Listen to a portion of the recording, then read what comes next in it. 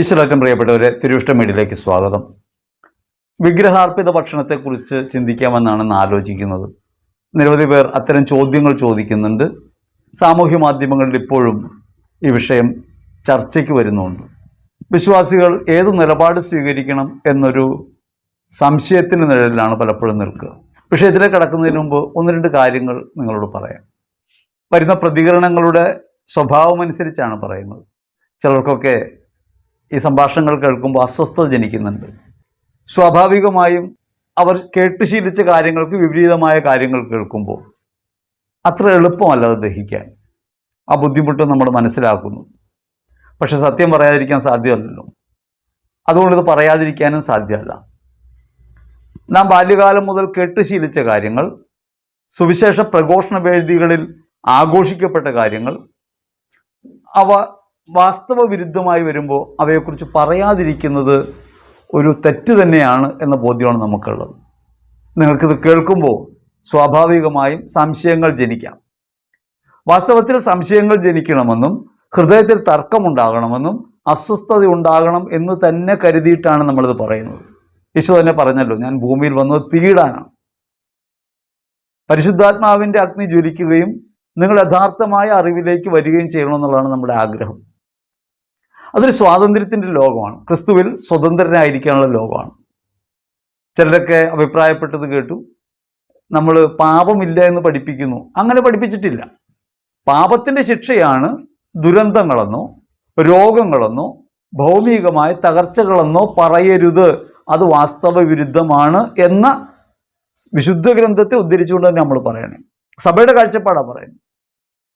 ഒരു രോഗി അയാളുടെ പാപം മൂലമാണ് രോഗാവസ്ഥയിലായിരിക്കുന്നത് എന്ന് വന്നാൽ, മിസ്റ്റർ ജോൺ പോൾ രണ്ടാമൻ മാർപ്പാപ്പയ്ക്ക് ഉണ്ടായിരുന്ന പാർക്കിൻസൺസ് രോഗം എന്ത് പാപത്തിൻ്റെ ഫലമാണെന്ന് പറയേണ്ടി വരും? അപ്പോൾ നമ്മൾ വേറെ തിരിക്കും. നല്ലവർക്കും വരാറുണ്ട്, അത് വേറെ രോഗമാണ്, സഹനമാണ്. ഇതങ്ങനെയല്ല. അങ്ങനെയല്ല. എല്ലാത്തിനും ഒരു യൂണിവേഴ്സൽ മോഡ് ഉണ്ടാവണമല്ലോ. അപ്പോൾ അതുകൊണ്ട് പറയുന്ന കാര്യങ്ങൾ കേൾക്കുമ്പോൾ അസ്വസ്ഥത ജനിപ്പിക്കുന്നുവെങ്കിൽ നിങ്ങൾ ഇതും കൂടി വെച്ച് ചിന്തിക്കും, പ്രാർത്ഥിക്കും. ഒരു പ്രത്യേക കാര്യം നിങ്ങൾ പ്രാർത്ഥിച്ചാൽ നിങ്ങൾക്ക് കൂടുതൽ വ്യക്തത ഉണ്ടാവും. അതാണ് ആദ്യം പറയാൻ ആലോചിക്കുന്നത്. നിങ്ങളൊരു വിഷയം കേൾക്കുമ്പോൾ അസ്വസ്ഥത ഉണ്ടായാൽ നിങ്ങൾ ആ വിഷയത്തെ ദൈവത്തിൻ്റെ പരിശുദ്ധാത്മാവിന് സമർപ്പിച്ച് പ്രാർത്ഥിക്കുക. ഒരു കാര്യം. അത് ചെയ്യുന്നതിന് മുമ്പ് നിങ്ങളുടെ മനസാക്ഷിയെ നിർമ്മലമാക്കണമേ എന്ന് ഹെബ്രായർ 9:14 പ്രാർത്ഥിക്കുക. അത് ആര് പറഞ്ഞത് കേട്ടാലും, ഞാൻ പറയുന്നത് കേൾക്കുമ്പോൾ മാത്രമല്ല, ആര് പറയുമ്പോഴും ഒരു വിഷയം പറയുമ്പോൾ പരിശുദ്ധാത്മാവിന് സമർപ്പിച്ച് മനസാക്ഷി വിശുദ്ധീകരിക്കാൻ വേണ്ടി പ്രാർത്ഥിക്കുക. എന്നിൽ വസിക്കുന്ന പരിശുദ്ധാത്മാവെ, എൻ്റെ മനസാക്ഷിയെ നിർമ്മലമാക്കണമേ. മനസാക്ഷിയിൽ അന്ധവിശ്വാസങ്ങൾ, നാം കേട്ട കാര്യങ്ങൾ, പഠിച്ച അറിവുകളൊക്കെ കടന്നുകൂടിയിട്ടുണ്ട്. അവാസ്തവികമായവയെ തള്ളിക്കളയാൻ ദൈവത്തിൻ്റെ പരിശുദ്ധാത്മാവ് തിരുരക്തത്താൽ നിങ്ങളുടെ മനസാക്ഷിയെ കഴുകുന്ന അനുഭവം ഉണ്ടാവും. അങ്ങനെ കഴുകുന്ന അനുഭവം ഉണ്ടാകുമ്പോൾ വാസ്തവ വിരുദ്ധമായ പോകും, വിശ്വാസവിരുദ്ധമായ പോകും. എന്നിട്ട് സത്യവിശ്വാസത്തെ ഉറയ്ക്കാൻ നിങ്ങൾക്ക് കഴിയും. ഹെബ്രായർ 9:14 പറയുന്നെങ്കിൽ നിത്യാത്മാവ് മൂലം കളങ്കമില്ലാതെ തൻ്റെ ദൈവത്തിന് സമർപ്പിച്ച യേശുക്രിസ്തുവിന്റെ രക്തം ജീവിക്കുന്ന ദൈവത്തെ ശുശ്രൂഷിക്കാൻ നമ്മുടെ അന്ധകരണങ്ങളെ അതിൻ്റെ നിർജീവ പ്രവൃത്തികളിൽ നിന്ന് എത്ര അധികമായി വിശുദ്ധീകരിക്കുകയില്ല. പരിശുദ്ധാത്മാവിലെ വിശുദ്ധീകരണത്തിലേക്ക് വന്നവരാണ് നമ്മൾ. ദൈവത്തിൻ്റെ ആത്മാവ് വിശുദ്ധീകരിച്ചിട്ടുണ്ട്. ആ അനുഭവം നമുക്കുണ്ടാകണമെങ്കിൽ നാം ആ വചനം ഏറ്റുപറഞ്ഞ് പ്രാർത്ഥിക്കുമ്പോൾ ആ അനുഭവത്തിലേക്ക് നമുക്ക് വരാൻ പറ്റും. മാമോദീസ വഴി നമ്മുടെ മനസാക്ഷി വിശുദ്ധീകരിക്കപ്പെട്ടതാണ്. പക്ഷേ അത് അനുഭവമാകുന്നത് നമ്മളിങ്ങനെ പ്രാർത്ഥിക്കുമ്പോഴാണ്. അതുകൊണ്ട് നിങ്ങളൊരു കാര്യം ചെയ്യണം. ഈ പറയുന്ന കാര്യങ്ങൾ കേൾക്കുമ്പോൾ അസ്വസ്ഥത ഉണ്ടാകുന്നില്ലെങ്കിലും നിങ്ങളൊരു വിഷയം കേൾക്കുമ്പോൾ പരിശുദ്ധാത്മാവിൽ അത് പ്രാർത്ഥിക്കണം. സ്വന്തം മനസാക്ഷിയെ നിർമ്മലമാക്കണമെന്ന് പ്രാർത്ഥിക്കണം. നമ്മുടെ അറിവുകളെല്ലാം പരിമിതമാണ്. ഓരോ കാലഘട്ടത്തിലും അറിഞ്ഞ കാര്യങ്ങൾക്കനുസരിച്ച് അന്ന് നമ്മൾ കാണും. ആദ്യകാലങ്ങളിൽ പ്രഘോഷണം നടത്തിയിരുന്ന തരത്തിലല്ല ഇപ്പോൾ നമ്മൾ പറഞ്ഞുകൊണ്ടിരിക്കുന്നത്. പറഞ്ഞത് തന്നെ ഒരാൾ പറഞ്ഞുകൊണ്ടിരുന്നാൽ അയാൾക്ക് എന്തോ കുഴപ്പമുണ്ടെന്നാണ്. പറഞ്ഞത് തന്നെ അങ്ങനെ പറഞ്ഞുകൊണ്ടിരിക്കാൻ സാധ്യമല്ല. കാരണം നമ്മുടെ അറിവിനനുസരിച്ച്, വെളിച്ചം വരുന്നതനുസരിച്ച് നമ്മൾ കൂടുതൽ വ്യക്തതയിലേക്ക് വരും. ഈശോ തന്നെ അത് പറഞ്ഞിട്ടുണ്ട്. ഞാൻ പോയി കഴിയുമ്പോൾ പരിശുദ്ധാത്മാവ് വരും, അവൻ നിങ്ങളെ കാര്യങ്ങൾ പഠിപ്പിക്കും. അപ്പം അങ്ങനെ പഠിപ്പിക്കുമെന്ന് യേശു പറയാൻ കാരണം, ഞാൻ പറഞ്ഞതിൻ്റെ പൂർണ്ണത പരിശുദ്ധാത്മാവ് അതത് കാലങ്ങളിൽ നിങ്ങൾക്ക് നൽകുമെന്നാണ്. അതുകൊണ്ടാണ് പരിശുദ്ധയായ സഭ ഇപ്പോഴും ചാക്രിക ലേഖനങ്ങൾ ഇറക്കുന്നത്, അപ്പോസ്തലിക പ്രബോധനങ്ങൾ ഇറക്കുന്നത്, അവയിലൂടെ വചനത്തെ വ്യാഖ്യാനിക്കുകയും സംസാരിക്കുകയും ചെയ്തുകൊണ്ടിരിക്കുന്നത്. കത്തോലിക്ക തിരുസഭയുടെ പ്രബോധനങ്ങളാണ് സുവിശേഷ വേദികളിലെല്ലാം മുഴങ്ങിക്കേൾക്കുന്നതെന്ന് തെറ്റിദ്ധരിക്കരുത്. സമ്പത്തിൻ്റെ സുവിശേഷം ശക്തമായി പ്രഘോഷിക്കപ്പെടുന്നുണ്ട്. പ്രൊട്ടസ്റ്റന്റ് രീതിയിൽ അത്ഭുതങ്ങളും അടയാളങ്ങളും നടത്തുന്നതാണ് സുവിശേഷ പ്രഘോഷണമെന്ന തെറ്റിദ്ധാരണ ഇന്ന് സമൂഹത്തിൽ പ്രബലമാണ്. നിങ്ങൾക്ക് പണമുണ്ടാകാൻ, രോഗം മാറാൻ, ക്ലേശങ്ങൾ നീങ്ങാൻ വേണ്ടിയാണ് ദൈവത്തെ സമീപിക്കേണ്ടത് എന്ന പഴയ നിയമ പശ്ചാത്തലത്തിലുള്ളൊരു പഠനം സഭയിൽ നിന്ന് വ്യാപകമാണ്. 1940-കൾക്ക് ശേഷം വന്ന സമ്പത്തിൻ്റെ സുവിശേഷം, പ്രോസ്പെരിറ്റി ഗോസ്പൽ, സഭയെ കാര്യമായി ബാധിച്ചിട്ടുണ്ട്. അതുകൊണ്ട് നമ്മൾ പോലും അറിയാതെ നമ്മുടെ പ്രഘോഷകർ പലപ്പോഴും പറഞ്ഞുകൊണ്ടിരിക്കുന്നത് യോങ്കിച്ചോയുടെയും അതേപോലെ പ്രൊട്ടസ്റ്റന്റ് വ്യൂവിലുള്ള സമ്പത്ത് നേടാമെന്ന, സ്വത്താർജിക്കാൻ വേണ്ടിയുള്ള പ്രഘോഷണങ്ങളാണ്. നമ്മൾ അറിയുന്നില്ല. രണ്ടാമത് നമുക്ക് കാണാൻ പറ്റുന്നത് പ്രൊട്ടസ്റ്റന്റുകാർ നേരിട്ട് സഭയ്ക്കകത്ത് കയറി പ്രവർത്തിക്കാൻ തുടങ്ങിയൊരു കാലമാണ്. നമ്മൾ ആരെയും ആക്ഷേപിക്കാനും വ്യക്തിപരമായി പറയാൻ ഉദ്ദേശിക്കുന്നില്ല. പ്രൊട്ടസ്റ്റന്റ് തിയോളജി കത്തോലിക്ക വിരുദ്ധമായ തിയോളജി പഠിച്ചവർ സുവിശേഷം പ്രഘോഷിക്കുന്നുണ്ട്. പരിശുദ്ധാത്മാവ് ഒരു വസ്തുവാണെന്ന് കരുതുന്നവർ, അത് എന്ന് പറയുന്നത്, ഇറ്റ് എന്ന് ഉപയോഗിക്കുന്നവർ, നമ്മൾ അവൻ എന്നാണ് പരിശുദ്ധാത്മാവിനെ പറയുന്നത്, അതൊരു വസ്തുവാണെന്ന് പറയുന്നവർ സഭയ്ക്കകത്ത് സഭാവേദികളിൽ പ്രഘോഷണം നടത്തുന്നുണ്ട്. ചില ഒത്തുതീർപ്പുകളുടെ അടിസ്ഥാനത്തിൽ സഭയിൽ സുവിശേഷ പ്രഘോഷണം മലിനമാക്കപ്പെടുന്നൊരു കാലമാണ്. പിന്നെ സാമൂഹ്യ മാധ്യമങ്ങൾ നിരവധിയായ കാര്യങ്ങൾ വായി തോന്നിയതൊക്കെ ആളുകൾ പറയുന്നു. അങ്ങനെ പറയുന്നതിനിടയ്ക്ക് സത്യമേത്, തെറ്റേത്, എന്താണ് ശരി, എവിടെയാണ് നിൽക്കേണ്ടതെന്ന് സംശയം ജനിക്കാം. ആ സംശയം ജനിക്കുന്നതിന് കൂടി പരിഹാരമുണ്ടാക്കുന്നൊരു കാര്യമാണ് മനസാക്ഷി സമർപ്പിച്ച പ്രാർത്ഥന. സത്യബോധം ഉൾക്കൊള്ളാനും സഭയുടെ വിശ്വാസത്തിൽ ഉറച്ചു നിൽക്കാനും നമുക്ക് കഴിയേണ്ടതുണ്ട്. 2000 വർഷത്തെ പാരമ്പര്യം, വിശ്വാസ പാരമ്പര്യം സഭയ്ക്കുണ്ട്. ആ പാരമ്പര്യത്തിൻ്റെ ആനുകാലിക ലോകത്തെ കണ്ണികളാണ് നമ്മൾ. അതുകൊണ്ട് നമ്മുടെ വിശ്വാസം കുറ്റമറ്റതായി തീർന്നില്ലെങ്കിൽ നിശ്ചയമായിട്ടും അത് ലോകത്തെ അന്ധകാരത്തിലേക്ക് നയിക്കുന്നൊരു പ്രവൃത്തിയായിട്ട് മാറും. അതുകൊണ്ട് മനസാക്ഷിയെ വിശുദ്ധീകരിച്ച് പ്രാർത്ഥിക്കുക. എന്നിട്ട് നിങ്ങൾ ഈ സംഭാഷണങ്ങൾ ശ്രദ്ധിക്കാൻ തുടങ്ങുക. വിഗ്രഹാർപ്പിത ഭക്ഷണത്തെക്കുറിച്ചാണ് നമ്മൾ പറയുന്നത്. വിഗ്രഹാർപ്പിത ഭക്ഷണത്തെക്കുറിച്ച് പൗലോസ്ലീഹയാണ് പുതിയ നിയമത്തിൽ പ്രധാനമായിട്ട് പഠിപ്പിക്കുന്നത്. പഴയ നിയമത്തെ നമ്മൾ കൈയൊഴിയാണ്. കാരണം അവിടെ പന്നിയിറച്ചി കഴിക്കാൻ പാടില്ലെന്ന് പറഞ്ഞിരുന്നു, ഒറ്റക്കുളമ്പുള്ള ജീവികളുടെ ഭക്ഷണം കഴിക്കാൻ പാടില്ലെന്ന് പറഞ്ഞിരുന്നു. നിങ്ങൾക്ക് ഈ ഭൂമിയിലുള്ളവയെല്ലാം ഭക്ഷിക്കാം എന്ന് ദൈവം പറഞ്ഞാലും നമ്മളത് അംഗീകരിക്കില്ല.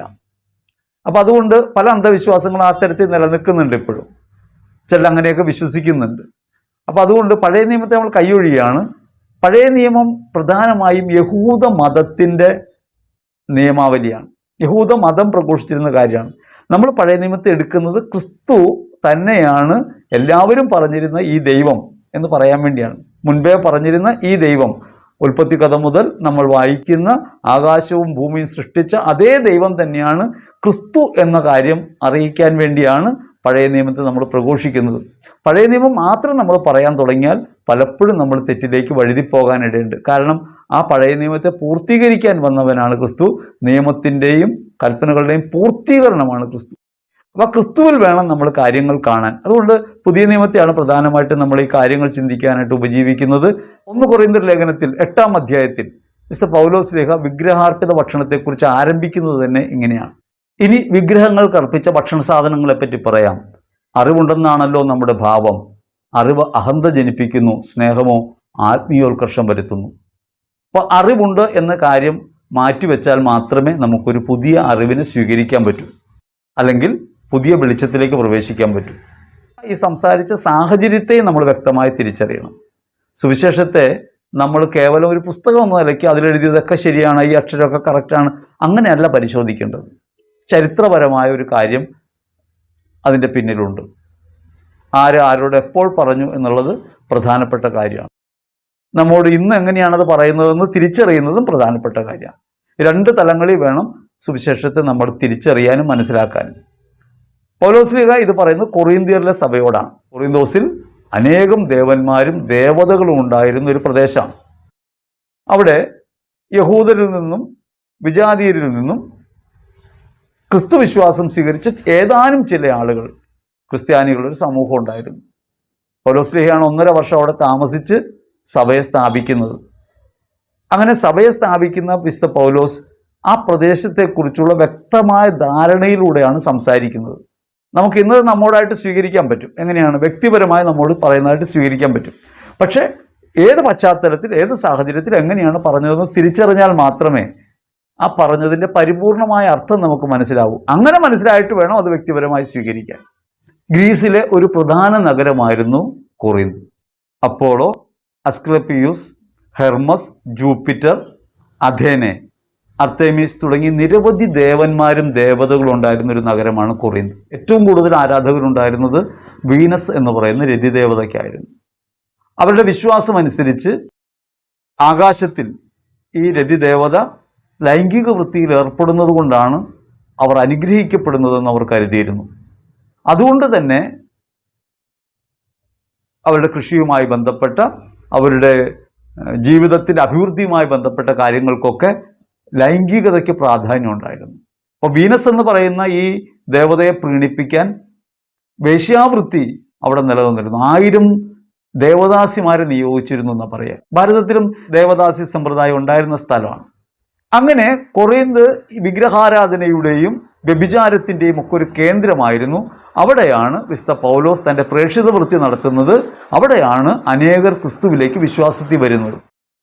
കൊറിന്തോസിൽ നിന്ന് പൗലോസ് തിരികെ പോകുന്നതിന് ശേഷം, 1.5 വർഷത്തെ താമസങ്ങളിൽ തിരികെ പോകുന്നതിന് ശേഷം കൊറിന്ത് സഭയിൽ നിരവധിയായ പ്രശ്നങ്ങൾ ഉയർന്നു വന്നു. പ്രധാനപ്പെട്ട ഒരു കാര്യം വിഗ്രഹാരാധനയുമായി ബന്ധപ്പെട്ട കാര്യമായിരുന്നു. കാരണം ശീലിച്ചു വന്നത് പഴയ ആചാരങ്ങളാണ്. അതിൽ വിഗ്രഹാരാധന ഉണ്ടായിരുന്നു, വ്യഭിചാരം ഉണ്ടായിരുന്നു. അപ്പോൾ ഈ വന്ന ക്രിസ്ത്യാനികൾക്ക് ഉറപ്പോടെ നിൽക്കാൻ കഴിയണം. അവർക്ക് ക്രിസ്തു വിശ്വാസത്തിന്റെ സ്വാതന്ത്ര്യത്തിൽ നിലനിൽക്കാൻ കഴിയണം. അവിടെയുള്ള ജീവിത രീതികൾ പ്രധാനമായും അന്നും നിലനിൽക്കുന്നത് വ്യഭിചാരവും വിഗ്രഹാരാധനയൊക്കെ ആയിട്ട് ബന്ധപ്പെട്ടായതുകൊണ്ട് ഉയർന്നു വന്ന പ്രധാനപ്പെട്ട ഒരു ചോദ്യം വിഗ്രഹങ്ങൾക്ക് അർപ്പിച്ച ഭക്ഷണത്തെക്കുറിച്ചായിരുന്നു. നിരവധി ക്ഷേത്രങ്ങളും ദേവീദേവന്മാരും ഒക്കെ ഉള്ള സ്ഥലമാണ്. വിഗ്രഹങ്ങൾക്ക് അർപ്പിച്ച ഭക്ഷണങ്ങൾ ചന്തയിൽ വിൽക്കാനായിട്ട് വന്നിരുന്നു. അങ്ങനെ ചന്തയിൽ വിൽക്കാൻ വരാൻ കാര്യം, ബലിയർപ്പിക്കാനായിട്ട് ഒരാൾ ഒരു മൃഗത്തെ സമർപ്പിക്കുന്നു. ആ മൃഗത്തിന് ഒരു ഭാഗം ബലിയർപ്പിക്കുന്നു, ഒരു ഭാഗം ഭക്തന് കൊടുക്കും, ഈ അർപ്പിച്ച ആൾക്ക് കൊടുക്കും.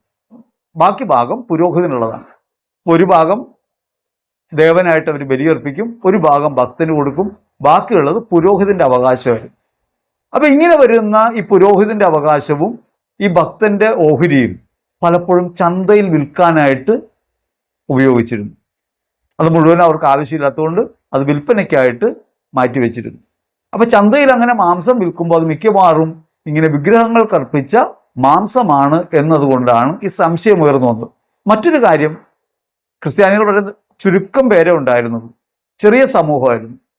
യഹൂദന്മാർ കുറച്ചുകൂടി മെച്ചപ്പെട്ട വിഭാഗമാണ്, ആൾസംഖ്യ കൂടിയ ആളുകളാണ്. അപ്പൊ അതുകൊണ്ട് അവർക്കൊരു മൃഗത്തെ വാങ്ങി അതിനെ കൊന്ന് വിഭജിച്ച് പങ്കിട്ട് എടുക്കാനായിട്ട് കഴിയും. ക്രിസ്ത്യാനികളെ സംബന്ധിച്ച് നാമമാത്രമായി വിരലെണ്ണാവുന്ന ആളുകളാണ് ക്രിസ്ത്യാനികളായിട്ടുള്ളത്. അവർക്ക് അതിനുവേണ്ടി ഒരു മൃഗത്തെ വാങ്ങി കൊന്ന് പങ്കിട്ടെടുക്കാനുള്ള നിവൃത്തിയില്ലായിരുന്നത് കൊണ്ട് മാംസം വാങ്ങിക്കുമ്പോൾ ചന്തയിൽ നിന്ന് വാങ്ങിക്കണം, ചന്തയെ ആശ്രയിക്കണം. അതുകൊണ്ടാണ് കൊറിന്ത്യർ ഈ ചോദ്യം ചോദിക്കുന്നത്, വിഗ്രഹങ്ങൾക്ക് അർപ്പിച്ച ഭക്ഷണം കഴിക്കാമെന്ന്.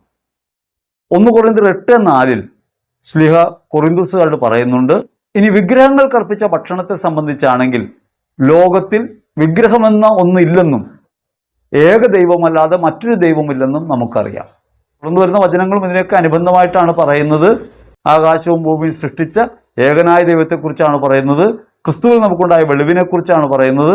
നമുക്ക് ചഞ്ചല മനസാക്ഷി വേണ്ട, ദുർബല ചിത്തരാകേണ്ടതില്ല എന്നാണ് പൗലോസ് ശ്ലീഹ പറയുക. ഇനി എങ്ങനെയാണ് ഭക്ഷണം മലിനമായി തീരുന്നതെന്ന് ശ്ലീഹ പറയുന്നുണ്ട്. വിഗ്രഹങ്ങളുമായി ബന്ധപ്പെട്ട് ജീവിച്ചിരുന്ന ചിലരുണ്ട്. അവർ കഴിക്കുന്നത് വിഗ്രഹാരാധനയുടെ ഭാവത്തോടെയാണ്. അങ്ങനെയാകുമ്പോൾ അത് അവർ ദുർബലരായതിനാൽ അത് മലിനമായി തീരുന്നു എന്നാണ് ശ്ലീഹ പറയുക. നമുക്കറിയാം, ഭക്ഷണം ദൈവത്തോട് അടുപ്പിക്കുകയുമില്ല, ദൈവത്തിൽ നിന്ന് അകറ്റുകയുമില്ല. ക്രിസ്തുവിൽ വിശ്വസിക്കുന്ന നമ്മെ സംബന്ധിച്ച് എല്ലാം നമുക്ക് സ്വീകാര്യമാണ്. ഭക്ഷണത്തിൻ്റെ കാര്യത്തിൽ വിവേചനത്തിൻ്റെ ആവശ്യമില്ല. സ്വാതന്ത്ര്യം എന്ന് പറഞ്ഞാൽ അതുകൊണ്ടാണ്. യേശുക്രിസ്തുവിലായിത്തീരുന്നവർ സ്വതന്ത്രരാണെന്ന് പറയുന്നത് എന്തുകൊണ്ടാണ്? അവർക്ക് ഇപ്രകാരമുള്ള ഒരു നിയന്ത്രണവുമില്ല. ഭക്ഷണകാര്യത്തിലൊരു നിയന്ത്രണമില്ല. എന്ത് വേണമെങ്കിലും കഴിക്കാം. എന്തും കഴിക്കുന്നത് ഏത് മനോഭാവത്തോടെ ആകണം? കൃതജ്ഞതയോടെ ആവണം. ഭക്ഷിക്കുന്നവൻ കൃതജ്ഞതയോടെ ഭക്ഷിക്കട്ടെ, ഭക്ഷിക്കാത്തവൻ കൃതജ്ഞതയോടെ ഭക്ഷിക്കാതിരിക്കട്ടെ. അതല്ലാതെ നിങ്ങൾ കഴിക്കുന്ന ഭക്ഷണം നിങ്ങളെ മലിനമാക്കുമെന്ന് സഭ പഠിപ്പിക്കുന്നില്ല. മതങ്ങൾക്കൊക്കെ ആ രൂപമുണ്ട്. ഇന്ത്യയിൽ നമുക്ക് നേരിട്ടറിയാവുന്ന കാര്യമാണ്, ഗോമാംസം കഴിക്കുന്നതിനെതിരെ ഇന്ത്യയിൽ പ്രശ്നങ്ങൾ ഉണ്ടാകുന്നു. ഭരണകൂടം ഒരു മതാത്മകമായ രീതിയിൽ ഭരണം നടത്തുന്നത് കൊണ്ട് ഭക്ഷണത്തിൽ പശു പാടില്ല എന്ന് ഒരു തീരുമാനം ഇവിടെ വരുന്നു. മുസ്ലിങ്ങളെ സംബന്ധിച്ച് അവർക്ക് പന്നി ഇറച്ചി നിഷിദ്ധമാണെന്ന് വരുന്നു. മതസ്വരൂപമായതുകൊണ്ടാണ്. കത്തോലിക്ക സഭ ഒരു മതമല്ലെന്നും ക്രിസ്തു വിശ്വാസം മതരൂപമല്ലെന്നും പറയുന്നതിൻ്റെ കാര്യം അതാണ്. കാരണം ഇവിടെ ആ നിഷ്കർഷയില്ല. എന്ത് ധരിക്കണം, എന്ത് കഴിക്കണം എന്നതിനെക്കുറിച്ച് നിഷ്കർഷയില്ല. നമുക്ക് വ്യക്തിപരമായി തീരുമാനിക്കാം. വ്യക്തിപരമായി ക്രിസ്തുവിനുള്ള സ്നേഹത്തെ പ്രതി നമുക്ക് ഭക്ഷണ പദാർത്ഥങ്ങൾ ഉപേക്ഷിക്കാം, വസ്ത്രങ്ങളിൽ ക്രമീകരണങ്ങൾ വരുത്താം. അത് ക്രിസ്തുവുമായുള്ള ഒരു വ്യക്തിബന്ധത്തിലുണ്ടാകേണ്ട കാര്യമാണ്. അത് അടിച്ചേൽപ്പിക്കുന്നൊരു നിയമമല്ല. സഭയിൽ ഒരിക്കലും നിങ്ങളിത് കഴിച്ചുകൂടാ എന്ന് പറയുന്നൊന്നില്ല.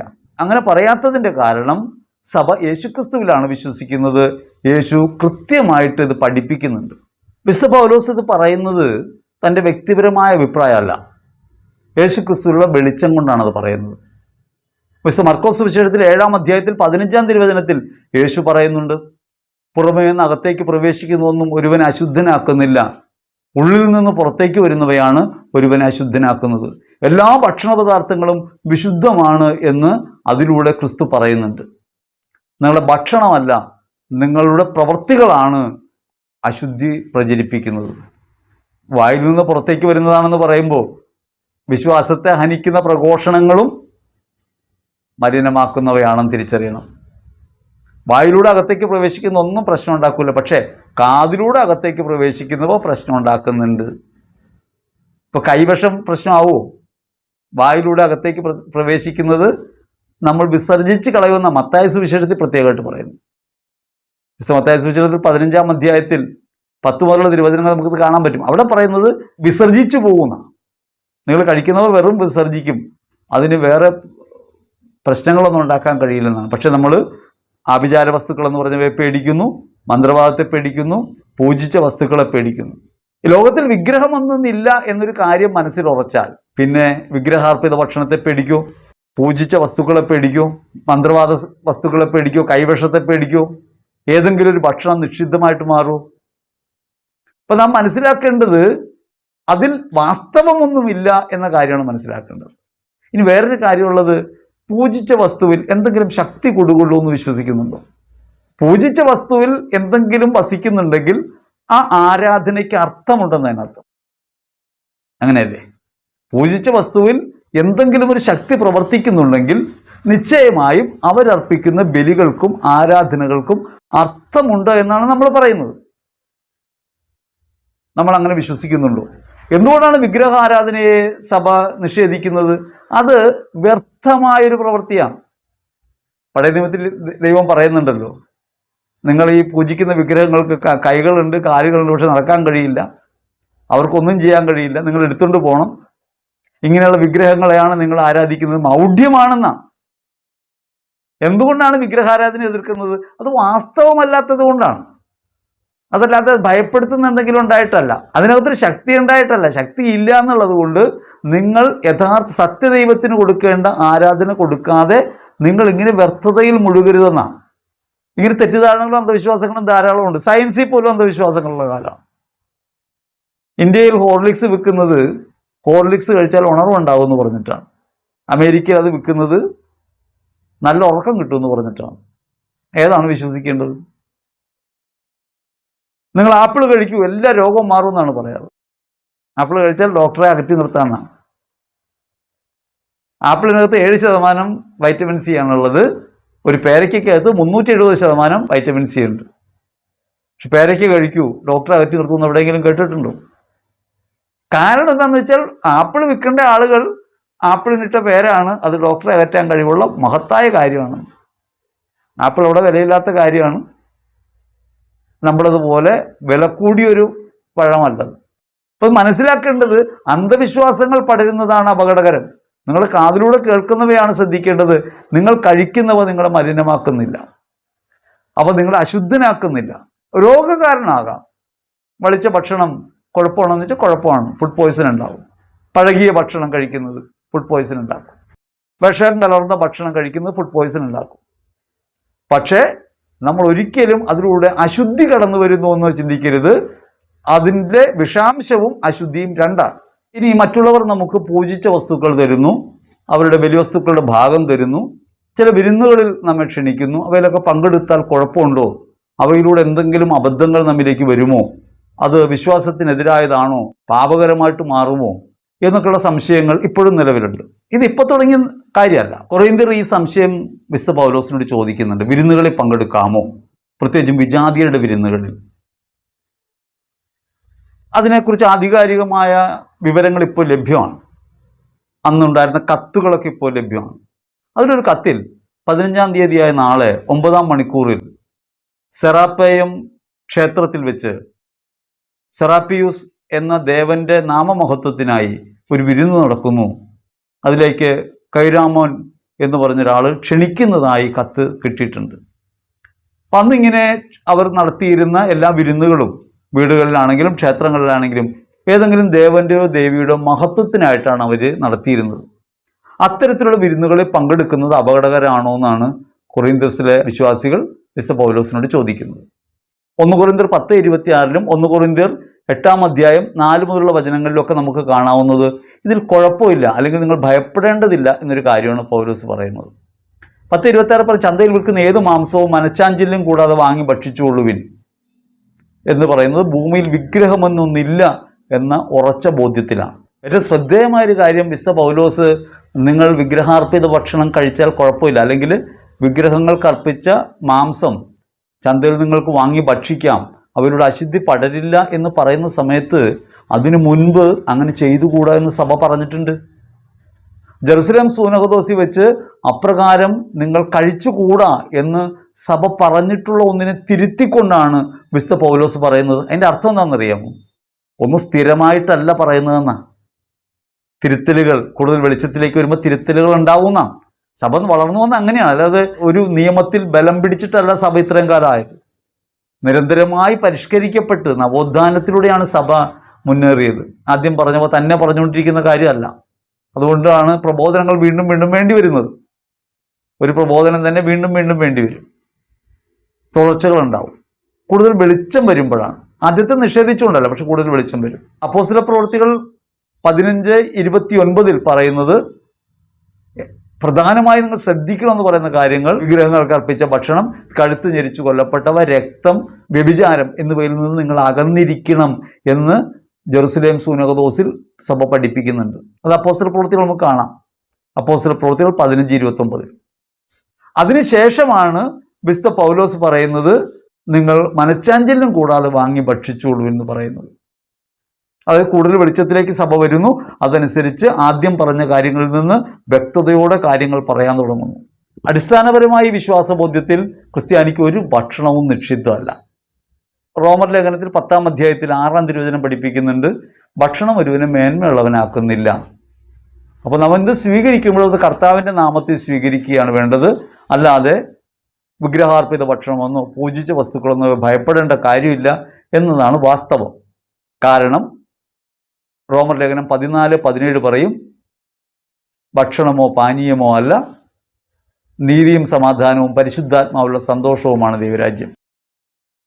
ദൈവരാജ്യത്തെ നാം കാണേണ്ടത്, ദൈവിക ഭരണത്തെ കാണേണ്ടത് നീതിയിലും സമാധാനത്തിലും പരിശുദ്ധാത്മാവിലുള്ള സന്തോഷത്തിലുമാണ്, ഭൗതികമായ കാര്യങ്ങളിലല്ല.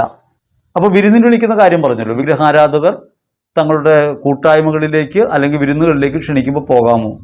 ദുർബലനായവർ പോകരുത് എന്നാണ് ശ്ലീഹ പറയുക. മനസാക്ഷിക്ക് ചാഞ്ചല്യമുള്ളവർ. കാരണം അവർ ശീലിച്ചു വന്നത് വിഗ്രഹാർപ്പിതമായൊരു ലോകത്താണ്. വിഗ്രഹ ആരാധനയുടെയും ബലിയർപ്പണത്തിൻ്റെയൊക്കെ ലോകത്തു നിന്നാണ് അവർ വരുന്നത്. വിഗ്രഹാർപ്പിത ഭക്ഷണം വലിയ കാര്യമായിട്ട് കരുതിയിരുന്ന കൊറിന്തോസിലെ ജനതയാണ്. അപ്പോൾ വിശ്വാസത്തിലേക്ക് വന്നതിൽ ദുർബല ചിത്തരായവരുണ്ടെങ്കിൽ, പഴയ വിശ്വാസങ്ങളിലേക്ക് വീണു പോകാനിടയുണ്ടെങ്കിൽ അപ്രകാരമുള്ളവർ പോകരുത് എന്ന് ശ്ലീഹ പറയുക. 1 കൊരിന്ത്യർ 8:10 കാര്യം ശ്ലീഹ പറയുന്നുണ്ട്. വിഗ്രഹാലയത്തിൽ അല്ലെങ്കിൽ ഒരു ക്ഷേത്രത്തിൽ ഒരു വിരുന്ന് നടക്കുമ്പോൾ അതിൽ പോയി വിഗ്രഹാർപ്പിത ഭക്ഷണം നീ കഴിക്കുന്നതായിട്ട് വിശ്വാസത്തിൽ ബലം പ്രാപിക്കാത്ത ഒരാൾ കണ്ടാൽ അത് ചിലപ്പോൾ അയാളെ വഴിതെറ്റിക്കാനിടയാവും. എങ്ങനെയാണ് വഴിതെറ്റുന്നത്? ഒന്നും കുഴപ്പമില്ല, എല്ലാം ശരിയാണ്. ലാക്സ് കോൺഷ്യൻസ് എന്ന് പറയും, അയഞ്ഞ മനസാക്ഷി. എന്ത് പറയാനാ? ഇപ്പോൾ ചിലർ സിഗരറ്റൊക്കെ വലിക്കുന്നവർ പറയൂലേ, എത്രയോ പേര് സിഗരറ്റ് വലിക്കുന്നു. എല്ലാവരും നരകത്തിൽ പോകാനാണെങ്കിൽ സിഗരറ്റ് വലിക്കുന്നവരൊക്കെ നരകത്തിൽ പോകുമോ? ഇതിലൊന്നും വലിയ കാര്യമില്ലെന്നേ എന്ന് പറയൂലേ. അങ്ങനെ ഒരു അയഞ്ഞ മനസാക്ഷിയുള്ള ആളുകൾ ഈ വിഗ്രഹാർപ്പിത ഭക്ഷണം ഒരു വിശ്വാസി കഴിക്കുന്നത് കാണുമ്പോൾ ഇതൊന്നും കുഴപ്പമില്ല, ഇങ്ങനെയൊക്കെ ആവാം എന്ന് തെറ്റിദ്ധരിക്കാം. അങ്ങനെ തെറ്റിദ്ധരിച്ചാൽ അവൻ വീണു പോകും. നമ്മളൊരു കാര്യം ചെയ്യുമ്പോൾ യാഥാർത്ഥ്യ ബോധത്തോടെ ഇതൊന്നും പ്രശ്നമല്ല എന്ന ബോധ്യത്തോടെ നമ്മൾ പോകുമ്പോൾ നമുക്കത് പ്രശ്നമാകുന്നില്ല, അതിനകത്തൊന്നും സംഭവിക്കാനില്ല. പക്ഷേ നമ്മുടെ ഈ പ്രവൃത്തി മറ്റേയാളുടെ വിശ്വാസത്തെ ദുർബലമാക്കിയേക്കാം. അങ്ങനെ ദുർബലരായവർ വീണു പോകാതിരിക്കാൻ വേണ്ടി നിങ്ങൾ പോകരുത്, അതിനിടയാക്കരുത്. കാരണം ഈ ചെറിയവരിൽ ഒരുവനെങ്കിലും ഇടർച്ചയ്ക്ക് കാരണമാകുന്നുവെങ്കിൽ നിന്റെ കഴുത്തിലൊരു തിരികല്ല് കെട്ടി കടലിൽ എറിയുന്നതാണ് നല്ലതെന്നാണ് പറയുക. വിശ്വാസി വീണു പോകാതിരിക്കാൻ വേണ്ടി നമുക്ക് ആ കാര്യത്തിൽ നിഷ്കർഷ വയ്ക്കാം. ഇതാണ് അവസ്ഥയെങ്കിൽ സത്യം വെളിപ്പെടുത്താൻ പറ്റാത്ത, യഥാർത്ഥത്തിൽ വിഗ്രഹം എന്നൊന്നില്ല എന്ന ബോധ്യം വിശ്വാസത്തിൻ്റെ പ്രഘോഷണത്തിലൂടെ നമ്മുടെ സമൂഹം മുഴുവൻ മനസ്സിലാക്കാത്തൊരു ഘട്ടത്തിൽ നമ്മൾ അങ്ങനെ വിഗ്രഹാർപ്പിത ഭക്ഷണം കഴിക്കുന്നതായി കണ്ടാൽ, ഒരു വിരുന്നിൽ പങ്കെടുക്കുന്നതായി കണ്ടാൽ, ഒരുപക്ഷെ വിശ്വാസത്തിൽ ദുർബലനായവർ വീണു പോയേക്കാം. അങ്ങനെയുള്ള കാര്യങ്ങൾ നിങ്ങൾ ചെയ്യരുത് എന്ന് തന്നെയാണ് ശ്ലീഹ പറയുക. പക്ഷേ അതിനകത്തൊന്നുമില്ല എന്ന വാസ്തവം അറിയണം. ഈ സത്യം നമ്മൾ പറഞ്ഞുകൊണ്ടേയിരിക്കണം. കാരണം സത്യം പുറത്തു വരണമല്ലോ. സത്യം പുറത്തു വന്നാലേ ബലം ഉണ്ടാവും. നമ്മുടെ നാട്ടിലെ വിരുന്നുകളായിട്ട് ഇതിനെ കൂട്ടിച്ചേർക്കരുത് കേട്ടോ. നമ്മുടെ നാട്ടിൽ ഓണത്തിനും വിഷുവിനും ഒക്കെ പരസ്പരം ഭക്ഷണങ്ങൾ കൈമാറുന്ന ശീലമുണ്ട്. ഓണക്കാലത്ത് അവർ പായസവും ഭക്ഷണമൊക്കെ കൊണ്ടുവന്നവരും നേരത്തെയൊക്കെ അങ്ങോട്ട് ക്ഷണിക്കുമായിരുന്നു, അവരുടെ വീട്ടിൽ ക്ഷണിക്കുമായിരുന്നു, അവിടെ പോയി ഭക്ഷണം കഴിക്കുമായിരുന്നു. ക്രിസ്മസിനും ഈസ്റ്ററിനും നമ്മൾ ക്ഷണിക്കും, അവർ നമ്മുടെ ഭവനങ്ങളിൽ വന്ന് ഭക്ഷണം കഴിക്കും. ഇതൊരു സാമൂഹികമായ ബന്ധം നിലനിർത്തി പോകുന്ന കാര്യമാണ്. ക്രമേണ ഈ തെറ്റായ പഠിപ്പിക്കലുകൾ ഇങ്ങനെ വന്നപ്പോൾ ഇതൊക്കെ എന്തോ അപകടമുണ്ട്, അതിനകത്തുകൂടെയൊക്കെ എന്തോ തിന്മ വരുമെന്ന് പഠിപ്പിക്കാൻ തുടങ്ങിയപ്പോൾ നമ്മളിതെല്ലാം ഒഴിവാക്കാൻ തുടങ്ങി. ചിലപ്പോഴൊക്കെ കണ്ടിട്ടില്ലേ, ഒരു ശബരിമലയ്ക്ക് പോയ ഒരാൾ പൂജിച്ചൊരു വസ്തു കൊണ്ടുവന്ന് തരുന്നു. അങ്ങനെ വസ്തു കൊണ്ടുവന്ന് തരുമ്പോൾ അവരത് അവിടെ നിന്ന് നൈവേദ്യമായിട്ട് മേടിച്ചു വന്ന സാധനമായിരിക്കാം. പക്ഷെ അത് നമുക്ക് കൊണ്ടുവന്ന് തരുമ്പോൾ നമ്മളത് വാങ്ങിക്കും, ബന്ധം കളയാതിരിക്കാൻ. എന്നിട്ട് നമ്മൾ വലിച്ചെറിഞ്ഞ് കളയും. ഇതിൻ്റെ അർത്ഥം എന്താ? ഇതിൻ്റെ അർത്ഥം നമുക്ക് പേടിയുണ്ടെന്നാണ്, അതിലെന്തോ കുഴപ്പമുണ്ടെന്ന് നമുക്ക് വിശ്വാസം ഉണ്ടെന്നാണ് അതിൻ്റെ അർത്ഥം. ആ പൂജിച്ച വസ്തു തരുമ്പോൾ ആ പൂജിച്ച വസ്തു തങ്ങൾ കഴിക്കില്ലെന്ന് വിശ്വാസത്തെ പ്രതി പറയാൻ, തർക്കമില്ലാതെ പറയാൻ കഴിഞ്ഞാൽ പ്രശ്നമില്ല. പക്ഷെ നമ്മളത് മേടിച്ചിട്ട് കളയുന്നതിൽ അർത്ഥമില്ല. എവിടെയാണ്? തരുന്നയാളുടെ മനസാക്ഷിയാണ് നമ്മൾ പരിശോധിക്കേണ്ടത്. അയാളത് വിശ്വാസപൂർവ്വമാണ് തരുന്നതെങ്കിൽ, ഒരു വിശ്വാസത്തിൻ്റെ അടയാളമായിട്ടാണ് തരുന്നതെങ്കിൽ അത് വാങ്ങിക്കുന്നതിൽ അർത്ഥമില്ല. പക്ഷേ അയാളൊരു സൗഹൃദത്തിൻ്റെ പേരിലാണ് തരുന്നതെങ്കിൽ അത് സ്വീകരിക്കുന്നതിൽ അപകടമില്ല. കാരണം അതിനകത്തൊന്നും ഇല്ല എന്നുള്ളതാണ് വാസ്തവം. അപ്പോൾ അതുകൊണ്ട് പൂജിച്ച വസ്തു കഴിച്ചാൽ കുഴപ്പമുണ്ടാകുന്ന വെച്ചാൽ കുഴപ്പമുണ്ടാവില്ല.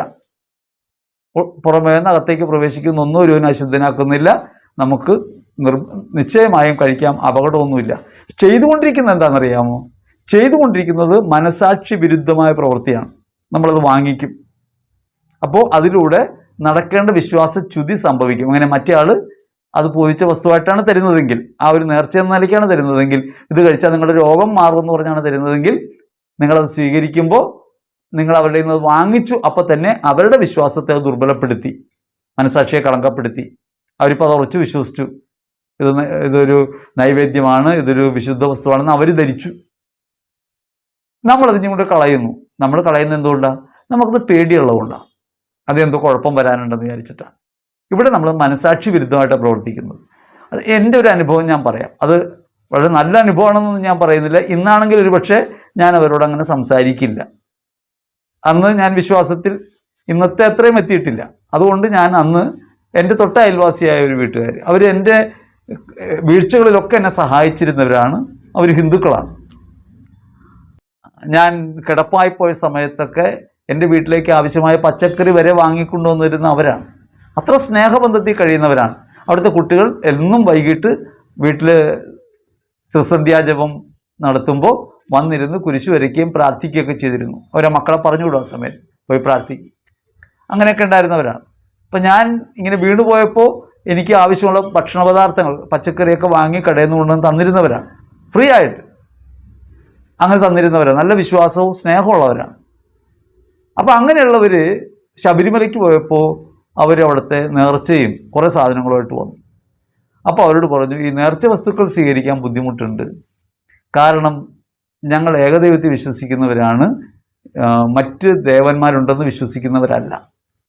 ഇത് ഞങ്ങളുടെ ഒരു പ്രശ്നമാണ്. അതുകൊണ്ട് ക്ഷമിക്കണം, നിങ്ങൾ ഈ നേർച്ച വസ്തു തരരുത്, അത് വേണ്ടെന്ന് പറഞ്ഞു. അവരെന്താണ് അതിന് മറുപടി പറഞ്ഞെന്നറിയാമോ? സോറി എങ്കിൽ അതെടുക്കണ്ട, ബാക്കിയുള്ളവ കഴിക്കാമല്ലോ. എന്നിട്ട് ഒരു ബാക്കിയുള്ളവ കൊണ്ടു തന്നു.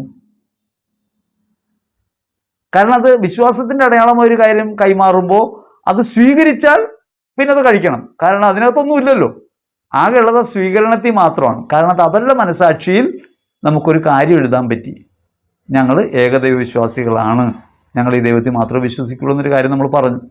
ഇത് അന്ന് പറഞ്ഞു. പക്ഷെ ഇന്നാണെങ്കിൽ ഒരുപക്ഷെ ഞാൻ ആലോചിക്കുന്നത് അതിൽ പോലും കാര്യമില്ല. കാരണം നമ്മൾ മറ്റൊരാളെ മുറിപ്പെടുത്തിയിട്ട്, സ്നേഹം ലംഘിച്ചിട്ട്, അല്ലെങ്കിൽ ഒരു വിഷമം ഉണ്ടാക്കിയിട്ട് നമ്മളെന്ത് സുവിശേഷമാണോ പറയുന്നത്? നമ്മളതിൽ വിശ്വസിക്കുന്നില്ല എന്നുള്ളത് പരമാർത്ഥമാണ്. ആ പരമാർത്ഥത്തിൽ ഉറച്ചു നിൽക്കാൻ നമുക്ക് പറ്റണം. പക്ഷേ വിശ്വാസത്തിൽ ദുർബലത ഉണ്ടാവാതിരിക്കാൻ നിശ്ചയമായിട്ടും സ്വീകരിച്ചാൽ കഴിക്കുക, അല്ലെങ്കിൽ സ്നേഹപൂർവ്വം നിരസിക്കുക. അതാണ് ഏറ്റവും നല്ല മാർഗം. ഇപ്പോൾ സാധാരണ ജോലി സ്ഥലങ്ങളിലൊക്കെ കൊണ്ടുവന്നിട്ട് ഇങ്ങനെ കൊടുക്കുമ്പോൾ സൗഹൃദ വലയങ്ങൾക്കകത്തൊക്കെ ഇത് സ്വീകരിക്കേണ്ടി വരും. കാരണം അവർ വലിയ വിശ്വാസത്തിൻ്റെ കാര്യമായിട്ടൊന്നുമല്ല, അവരൊരു തീർത്ഥാടനം നടത്തി അവിടെ നിന്ന് കിട്ടിയ ഒരു നൈവേദ്യം, അവിടുത്തെ പലഹാരങ്ങൾ, സാധനമൊക്കെ കൊണ്ടുവന്ന് തരും. അപ്പോൾ അത് തരുമ്പോഴത്തേക്ക് അവർ തരുന്ന സ്നേഹത്തെ പ്രതിയാണ്. അതിനകത്ത് വിശ്വാസമല്ല പകരുന്നത്, സ്നേഹത്തെ പ്രതിയാണ്. അങ്ങനെ സ്നേഹത്തെ പ്രതിയുള്ള കാര്യങ്ങളിൽ ഈ വിവേചനത്തിൻ്റെ ആവശ്യമില്ല, അവയെ ഭയക്കേണ്ടതില്ല. പക്ഷേ ഇത് പൂജിച്ച വസ്തുവാണ്, ഇത് കഴിച്ചാൽ നിങ്ങളുടെ രോഗം മാറും, നിങ്ങളെ ദൈവം അനുഗ്രഹിക്കുമെന്ന് പറഞ്ഞൊരു വസ്തു തരുമ്പോൾ ഞങ്ങളതിൽ വിശ്വസിക്കുന്നില്ല എന്ന് പറയാൻ നമുക്ക് കടമയുണ്ട്. സ്നേഹപൂർവ്വം തന്നെ, താങ്കളുടെ വിശ്വാസം ശരി, താങ്കളുടെ ബോധ്യം അതായിരിക്കാം, ഞങ്ങൾ ആ ബോധ്യത്തിലുള്ളവരല്ല, ഇതൊരു ഭക്ഷണ പദാർത്ഥമായിട്ട് ഞാൻ സ്വീകരിക്കാം, പക്ഷെ പൂജിച്ച വസ്തുവായിട്ട് ഞാൻ കണക്കാക്കുന്നില്ല. കാരണം ഞങ്ങൾ ബലിയർപ്പിക്കുന്നത് ഏകദൈവത്തിനാണ്. ഞങ്ങളുടെ ബലിയർപ്പണം ഞങ്ങളുടെ ഹൃദയാർപ്പണമാണ്. വസ്തുക്കളെ ബലിയർപ്പിക്കുന്നതും വിഗ്രഹങ്ങളെയൊന്നും സ്വീകരിക്കുന്നവരല്ല ഞങ്ങൾ. പക്ഷെ ഞങ്ങൾ നിങ്ങളെ സ്വീകരിക്കുന്നു. അത് നമുക്ക് പറയാം, അത് വ്യക്തമായി പറയണം, അസ്വസ്ഥതയില്ലാതെ പറയാൻ നമുക്ക് കഴിയണം. അവരോട് തന്നെ അത് വ്യക്തമാക്കി, ഇത് പൂജിച്ച വസ്തുവാണെന്ന് ഞങ്ങൾ വിശ്വസിക്കുന്നില്ല, അല്ലെങ്കിൽ ഞങ്ങൾ ഇങ്ങനെയുള്ള കാര്യങ്ങൾ വിശ്വസിക്കുന്നില്ല എന്ന് പറഞ്ഞ് നമുക്ക് സ്വീകരിക്കുന്നതിൽ തെറ്റില്ല. കാരണം അതിലൂടെ ഒന്നും കടന്നു വരാനില്ല, അതാ കാര്യം. ഇനി നിങ്ങൾക്ക് ഭയമുണ്ടോ? ഭയം ഉണ്ടെങ്കിൽ സ്വീകരിക്കാതിരിക്കുന്നത് നല്ലത്. കാരണം ഞാനൊരു ഉദാഹരണം പറയാം. എൻ്റെ ഒരു സുഹൃത്ത് പണ്ട് സംസാരമധ്യേ പറഞ്ഞതാണ്. അദ്ദേഹം പെയിൻറ്റിങ് ജോലിക്ക് ഒരു ക്ഷേത്രത്തിൽ പോയി, ക്ഷേത്രത്തിൻ്റെ കെട്ടിടങ്ങളൊക്കെ പെയിൻറ്റ് ചെയ്ത് വരുന്ന സമയത്ത് ദാഹം ഉണ്ടായപ്പോൾ അവിടുത്തെ കിണറ്റിൽ വെള്ളം കോരി കുടിച്ച് ഏതാനും സമയം കഴിഞ്ഞപ്പോൾ തന്നെ തൊണ്ടവേദന തുടങ്ങി. അത് കഴിഞ്ഞ് പിന്നെ വർഷങ്ങളോളമായി തൊണ്ടവേദനയും അസ്വസ്ഥതയായിട്ട് നടക്കുകയാണ്. പല ചികിത്സയും ചെയ്തു, ഇത് മാറുന്നില്ല. അപ്പോൾ അദ്ദേഹം എന്നോടിത് പറഞ്ഞു. അപ്പോൾ ഞാൻ അദ്ദേഹത്തോട് ഈ പറഞ്ഞ മർക്കോസ് സുവിശേഷം 7:15 വിശുദ്ധ മത്തായി സുവിശേഷം 15-ാം അധ്യായം 10 മുതൽ 20 വരെയുള്ള തിരുവചനങ്ങളൊക്കെ പറഞ്ഞിട്ട്, നിന്റെ അകത്തേക്ക് പോകുന്നതിനെ അശുദ്ധനാക്കുന്നില്ല, ഭൂമിയിൽ വിഗ്രഹമില്ല, ഇതൊന്നും സംഭവിക്കാൻ പോണ കാര്യങ്ങളല്ല, അതിനകത്തൊരു ശക്തിയുമില്ല എന്ന്, ഒരു സാധാരണ വെള്ളമാണ്, എല്ലായിടത്തുള്ള വെള്ളം തന്നെയാണെന്നൊക്കെ പറഞ്ഞു കഴിഞ്ഞിട്ട് മനസാക്ഷിയെ വിശുദ്ധീകരിച്ച് പ്രാർത്ഥിച്ചു. അദ്ദേഹത്തെ കൊണ്ട് പ്രാർത്ഥിപ്പിച്ചു, മനസാക്ഷിയിലെ രക്തം കൊണ്ട് കഴുകണമേ, ഈ അശുദ്ധ ബോധ്യത്തെ കഴുകണമേ എന്ന് പ്രാർത്ഥിച്ചു. ആ പ്രാർത്ഥനയ്ക്ക് ശേഷം അദ്ദേഹത്തിൻ്റെ തൊണ്ടവേദന മാറിപ്പോയി. ഇതേപോലെ കൗൺസിലർ പറഞ്ഞു കൈവശം അകത്തുണ്ടെന്ന് പറഞ്ഞു, കൗൺസിലർ പറഞ്ഞു നിങ്ങൾ നേർച്ച വസ്തുക്കൾ കഴിച്ചത് തന്നെയാണ് നിങ്ങൾക്ക് കുതിരവേദന എന്ന് പറഞ്ഞു. അങ്ങനെയുള്ള നിരവധി പേരെ ഇപ്രകാരം കാര്യങ്ങൾ പറഞ്ഞ് ബോധ്യപ്പെടുത്തി, മനസാക്ഷി വിശുദ്ധീകരിച്ച്, ഈ വസ്തുക്കളിൽ ശക്തിയില്ല എന്ന് ബോധ്യം വരുത്തി അവരെ ഈ വേദനയിൽ നിന്ന് കർത്താവ് വിടുതൽ കൊടുക്കുന്നത് നേരിട്ട് കാണാൻ എനിക്ക് ഇടയായിട്ടുണ്ട്. ഇങ്ങനെ നമ്മൾ സംശയിക്കാൻ തുടങ്ങിയാലുള്ള കുഴപ്പമെന്താണെന്നറിയാമോ? നമുക്ക് ഈ ലോകത്തൊന്നും സ്വീകരിക്കാൻ പറ്റാതെ വരും. നിങ്ങൾ ആലോചിച്ച് നോക്കിയേ, ഹലാൽ ഭക്ഷണം എഴുതി വെച്ചേക്കുന്നിടത്ത് നമുക്ക് പിന്നെ ഭക്ഷണം കഴിക്കാൻ പറ്റില്ല. കാരണം അത് ബലിയർപ്പിക്കപ്പെട്ട വസ്തുവാണ്, പ്രാർത്ഥിച്ച വസ്തുവാണ്. ഇനി വേറൊരു കാര്യം ആലോചിച്ചേ, ഇപ്പം പൂജിച്ച വസ്തുവാണെന്ന് പറഞ്ഞ് തരുന്നില്ല, പൂജിച്ചിട്ടാണ് തരുന്നത്, അതിനകത്തൊരു പൂജ ചെയ്തിട്ടുണ്ട്, അത് തരികയാണ്. ഒരു കടയിൽ ഒരു പ്രോഡക്റ്റ് ആരും അറിയാതെ പൂജിച്ചു കൊണ്ടെന്ന് വെച്ചാൽ നമ്മളെങ്ങനെ അറിയും? എങ്ങനെ മനസ്സിലാക്കും അത് പൂജിച്ചതാണോന്ന്? പൂജിച്ചതാണ്, ഇത് സവിശേഷ വസ്തുവാണ്, ഇത് ദൈവത്തിൻ്റെയാണ് എന്ന് പറയുമ്പോൾ അത് അങ്ങനെയല്ല എന്ന് നിഷേധിക്കുമ്പോൾ തന്നെ, സ്നേഹപൂർവ്വം നിഷേധിക്കുമ്പോൾ തന്നെ, അത് നിങ്ങളുടെ വിശ്വാസം അങ്ങനെയായിരിക്കാം, ഞങ്ങൾ അങ്ങനെ വിശ്വസിക്കുന്നില്ല, ഞങ്ങൾ ഏകദൈവത്തിൽ വിശ്വസിക്കുന്നവരാണ്, യേശുവിൽ വിശ്വസിക്കുന്നവരാണ്, അത് വിഗ്രഹങ്ങൾക്ക് അർപ്പിച്ച ഭക്ഷണമാണെങ്കിൽ അത് കഴിക്കരുത് എന്നാണ് ഞങ്ങളുടെ നിയമത്തിലുള്ളത്, അതുകൊണ്ട് ഇത് സ്വീകരിക്കാൻ ഞങ്ങൾക്ക് നിർവാഹമില്ല, ആ വസ്തുവായിട്ട് സ്വീകരിക്കാൻ നിർവാഹമില്ല എന്ന് പറയുമ്പോൾ തന്നെ ആ വസ്തു അങ്ങനെ വിശുദ്ധമാണ് എന്ന് കരുതിയ ആളുടെ മനസ്സിനകത്ത് നമ്മൾ വിശ്വാസത്തിൻ്റെ തിരി കൊളുത്തിയില്ലേ? ആ വസ്തുവിലൊന്നുമില്ല. ഇത് സ്വീകരിക്കുന്ന ബുദ്ധിമുട്ടില്ല, കാരണം ഇതൊരു സാധാരണ ഭക്ഷണ വസ്തുവല്ലേ. നിങ്ങളൊരു സാധനം തരുമ്പോൾ, സ്നേഹത്തെ പ്രതി തരുമ്പോൾ സ്വീകരിക്കാതിരിക്കുന്നില്ല എന്ന് പറഞ്ഞത് സ്വീകരിച്ച് കഴിച്ചാലും കുഴപ്പമൊന്നുമില്ല. കാരണം നമ്മൾ കാര്യം പറഞ്ഞിട്ടുണ്ടല്ലോ, തന്നയാളോട് നമ്മൾ കാര്യം പറഞ്ഞല്ലോ, സ്നേഹപൂർവ്വം സ്വീകരിക്കുകയും ചെയ്തു, അയാൾക്ക് വഴക്കമുണ്ടായില്ല. പക്ഷെ സ്നേഹം നിലനിർത്തിക്കൊണ്ട് തന്നെ നമുക്ക് ഈ കാര്യം പറയാൻ പറ്റണം. സ്നേഹപൂർവ്വം ഞങ്ങളതിൽ വിശ്വസിക്കുന്നില്ല. അതങ്ങനെ പറയുന്നവരോട്, ഇത് പറയാതെ കൊണ്ടുവന്ന് ശബരിമലയിൽ പോയ കുറേ സാധനങ്ങൾ വാങ്ങിച്ചതും കുറച്ച് ഉണ്ണിയപ്പമൊക്കെ കൊണ്ടുവന്നുണ്ടെങ്കിൽ വാങ്ങിച്ച് വീട്ടിൽ വയ്ക്കുമ്പോഴത്തേക്കും ഇത് എന്തോ ഭയപ്പെടുന്ന സംഭവം, ഈ ഉണ്ണിയപ്പത്തിനകത്ത് എന്തോ ഇരിപ്പുണ്ടെന്ന് കരുതി അത് അപ്പുറത്തെ പറമ്പിലേക്ക് എറിഞ്ഞു കളയുമ്പോൾ യഥാർത്ഥത്തിൽ നമുക്ക് പലതരം കാപട്യങ്ങൾ അവിടെ കാണാൻ പറ്റും.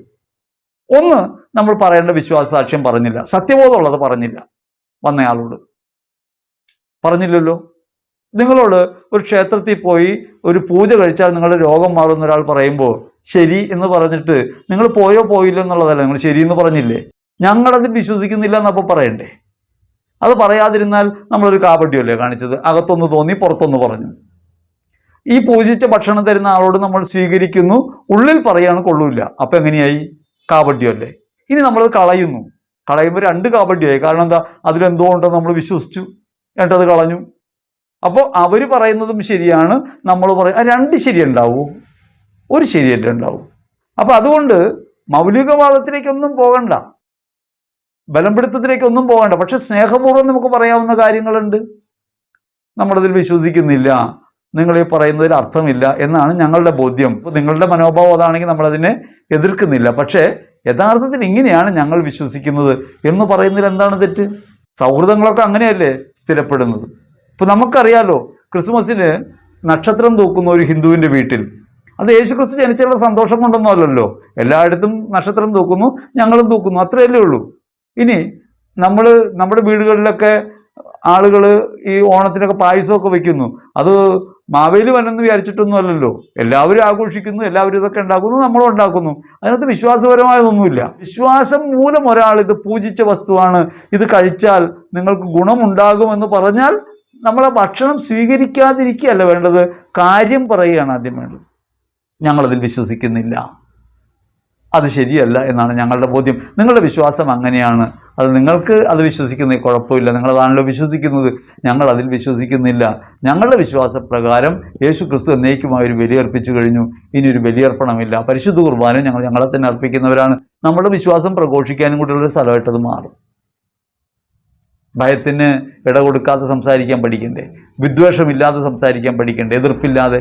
അതുകൊണ്ട് അപ്പുറത്തെ വീട്ടിൽ സദ്യക്ക് വിളിച്ച സന്തോഷത്തോടെ പോയതിൽ പങ്കുചേരാം. നമ്മളതിന് വിഷമിക്കേണ്ട കാര്യമില്ല. പലപ്പോഴും പ്രഘോഷവേദികൾ കേൾക്കുന്നത് പോലെ വിഗ്രഹാർപ്പിത ഭക്ഷണങ്ങളെക്കുറിച്ച് ഭയം വേണ്ട, പൂജിച്ച വസ്തുക്കളെക്കുറിച്ച് ഭയം വേണ്ട. അതിലൂടെ ഒരു തിന്മയും നമ്മുടെ ജീവിതത്തിലേക്ക് പ്രവേശിക്കില്ല. അവിടെ പ്രശ്നമുള്ളത് ഇതാണ്, നമുക്ക് നമ്മുടെ വിശ്വാസത്തെ പ്രഘോഷിക്കാൻ കഴിയുന്നില്ല. നമ്മൾ വീട്ടിലേക്ക് ഒരു സാധനം കൊണ്ടു വരുമ്പോൾ ഇവിടെ ഒന്നും വേണ്ട, ഇതൊന്നും ഇവിടെ മേടിക്കില്ല, അങ്ങനെയല്ല. ഏറ്റവും സൗഹാർദ്ദപരമായി നമുക്ക് പറയാം, നമ്മൾ ഇത്തരം കാര്യങ്ങളിൽ വിശ്വസിക്കുന്നില്ല, അതുകൊണ്ടത് സ്വീകരിക്കാൻ സാധ്യമല്ല, ബുദ്ധിമുട്ടുണ്ട്. നിങ്ങൾ കേവലം തരുന്നൊരു ഭക്ഷണ പദാർത്ഥം എന്ന നിലയ്ക്കാണെങ്കിൽ ഇത് സ്വീകരിക്കുന്ന യാതൊരു വിരോധമില്ല. ഞങ്ങളിതിനെ കാണുന്നത് വെറും ഉണ്ണിയപ്പമായിട്ടാണ്, നിങ്ങളൊരു സ്നേഹസമ്മാനമായിട്ടാണ്. സ്നേഹപൂർവ്വം സ്വീകരിക്കാം. ഇനി ഒന്നും പറയാതാണ് തരുന്നതെങ്കിൽ ഒന്നും പറയാതെ സ്വീകരിക്കുക. കാരണം അവരുടെ വിശ്വാസത്തിൻ്റെ പേരിലൊന്നുമല്ല തരുന്നത്. ഇപ്പം നമ്മളൊരു സ്ഥലത്ത് പോയിട്ട് വരുമ്പോൾ അവിടെയുള്ള വസ്തുക്കൾ കൊണ്ടുവന്ന്, അവിടെ കിട്ടിയ കാര്യങ്ങൾ കൊണ്ടുവന്ന് കൊടുക്കുന്നത് പോലെ കേവലം ഒരു യാത്രയ്ക്ക് പോയിട്ട് വന്നെടുത്ത് പങ്കുവെക്കുന്ന കാര്യമായിട്ട് കണ്ടാൽ മതി. ഇപ്പോൾ സൗഹൃദങ്ങളൊക്കെ തമ്മിലുണ്ടാകുന്ന വിഷയം അതാണ്. ചെറുപ്പക്കാർക്കൊക്കെ ഒത്തിരി അസ്വസ്ഥത ഉണ്ടാക്കുന്ന കാര്യമാണ് നിങ്ങളിത് സ്വീകരിക്കരുതെന്നൊക്കെ പറയുമ്പോൾ അവരെന്നിട്ട് എങ്ങനെ സ്വീകരിക്കാതിരിക്കും? ഏറ്റവും അടുത്ത സുഹൃത്താണ് കൊണ്ടുവന്ന് തന്നത്, പിന്നെ ഞാനത് മേടിച്ച് ഒരു കണക്കിന് ക്ലോസറ്റിൽ കൊണ്ടുപോയിട്ട് ഫ്ലഷ് ചെയ്തു. എന്തൊരു അബദ്ധമായിപ്പോയി നോക്കിയേ, ഒരു ഭക്ഷണം ഫ്ലഷ് ചെയ്ത് കളഞ്ഞു, മലത്തിൻ്റെ കൂടെ കളഞ്ഞു. അത് ദൈവസന്നിധിയിൽ നീതീകരിക്കത്തക്കതാണോ? ഇനി വിശ്വാസം പറഞ്ഞില്ല, അയാളും വിശ്വാസം പറഞ്ഞില്ല, നമ്മളും വിശ്വാസം പറഞ്ഞില്ല. നമ്മൾ യേശുക്രിസ്തുവിലാണ് വിശ്വസിക്കുന്നതെന്ന് അവർക്കറിയാം. അതുകൊണ്ട് വിശ്വാസം മാനുഷിക ബന്ധങ്ങളെ തകർക്കുന്നതായിട്ട് മാറരുത്. ഒപ്പം തന്നെ വിശ്വാസത്തിന് ശങ്കയുണ്ടാക്കുന്ന, ശങ്കാവിഷം പോലെ ആയിത്തീരുന്ന പ്രവൃത്തികളിൽ ഏർപ്പെടരുത്. മറ്റുള്ളവർക്ക് ഉതപ്പായിട്ട് മാറാനിടയാകരുത്. അവനവൻ തന്നെ ഇങ്ങനെ ശങ്കാവിഷം വെച്ചുകൊണ്ട് ഇതിലെന്തോ ശക്തി ഉണ്ടെന്ന് കരുതി വാങ്ങിക്കുകയും ആരും കാണാതെ കളയുകയും ഭക്ഷിച്ചു കഴിഞ്ഞിട്ട് പിന്നെ വിഷമിക്കുകയൊക്കെ ചെയ്യുന്നത് വിശ്വാസരാഹിത്യം മൂലമാണ്. ഈശ്വരറ്റം പ്രിയപ്പെട്ടവരെ, അതുകൊണ്ട് നമ്മൾ സമൂഹത്തിനകത്ത് സ്നേഹം പ്രഘോഷിക്കേണ്ടവരാണ്, കൂട്ടായ്മ വളർത്തേണ്ടവരാണ്, മാനുഷികതയിൽ വിശ്വസിക്കുന്നവരാണ്, മറ്റുള്ളവരെ സഹോദരങ്ങളായി സ്വീകരിക്കുന്നവരാണ്. ആ സാഹോദര്യം നിലനിർത്തി പോകാൻ നമുക്ക് കഴിയേണ്ടതുണ്ട്. ഇത്തരം വിഭജനങ്ങൾ മതയുക്തികളാണെന്നും കൂടി കാണണം. ഇതെവിടെയാണ് ഇത്തരം ബലപ്പെടുത്തങ്ങൾ നമുക്ക് കാണാൻ പറ്റുക? മതങ്ങളിലാണ്. മതങ്ങളിൽ ഈ യുക്തിയുണ്ട്. അപ്പം അതുകൊണ്ട് ഈ മതയുക്തികളിൽ നമ്മൾ പെട്ടുപോകരുത്. വിശ്വാസത്തിൽ ഉറക്കുകയും വേണം.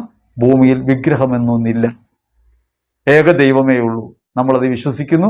ആ വിശ്വാസം യേശുക്രിസ്തു വഴി ഈ ലോകത്ത് വെളിച്ചമായി മാറാൻ വിളിക്കപ്പെട്ട നമ്മൾ പ്രഘോഷിക്കണം, ജീവിതം കൊണ്ട് പ്രഘോഷിക്കണം. അതുകൊണ്ട് നമുക്കിങ്ങനെയൊക്കെ വസ്തുക്കൾ കൊണ്ടുവന്ന് പൂജിച്ചതാണെന്ന് പറയുമ്പോഴോ, നിങ്ങളൊരു നേർച്ച ചെയ്യ്, ഇവിടെ ഒരു പൂജ കഴിക്കുക, നിങ്ങളുടെ കാര്യം നടക്കുമെന്ന് പറയുമ്പോഴോ മറ്റുള്ളവരെ വിഷമിപ്പിക്കാതിരിക്കാൻ വേണ്ടി അതിനൊക്കെ തലയാട്ടേണ്ട കാര്യമില്ല. നമുക്കത് വിശ്വാസമില്ല എന്നുള്ള കാര്യം നമുക്ക് പറയാൻ പറ്റണം. നമുക്ക് പരസ്പരം വിയോജിപ്പുകൾ പറഞ്ഞുകൊണ്ട് തന്നെ ഐക്യത്തിൽ പോകാൻ കഴിയണം. വിയോജിപ്പുകളോട് കൂടെ തന്നെയാണ് നമ്മൾ ഐക്യത്തിൽ പോകുന്നത്. എല്ലാവരും ഒരുപോലെ ആയിട്ടല്ല. ക്രിസ്ത്യാനിയും മുസ്ലിമും ഹിന്ദുവും ഇവിടെ കഴിയുന്നത് അവരെല്ലാവരും ഒന്നാണെന്ന ഭാവത്തിലല്ല, ഈ വ്യത്യസ്തതകൾ നിലനിർത്തിക്കൊണ്ട് തന്നെയാണ്. അതുകൊണ്ട് വിശ്വാസത്തിലെ വ്യത്യസ്തതയെ പ്രഘോഷിക്കാൻ നമുക്ക് കടപ്പാടുണ്ട്. നമ്മുടെ മനസാക്ഷി നിർമ്മലമാകാൻ വേണ്ടി പ്രാർത്ഥിക്കണം. മറ്റുള്ളവരെ വെറുക്കാതെ തന്നെ നമുക്ക് വിശ്വാസത്തിൽ ജീവിക്കാം, ഒപ്പം സാഹോദര്യത്തിലും ജീവിക്കാൻ കഴിയണം. ദൈവം നമ്മെ സമൃദ്ധമായി അനുഗ്രഹിക്കട്ടെ. ആമേൻ.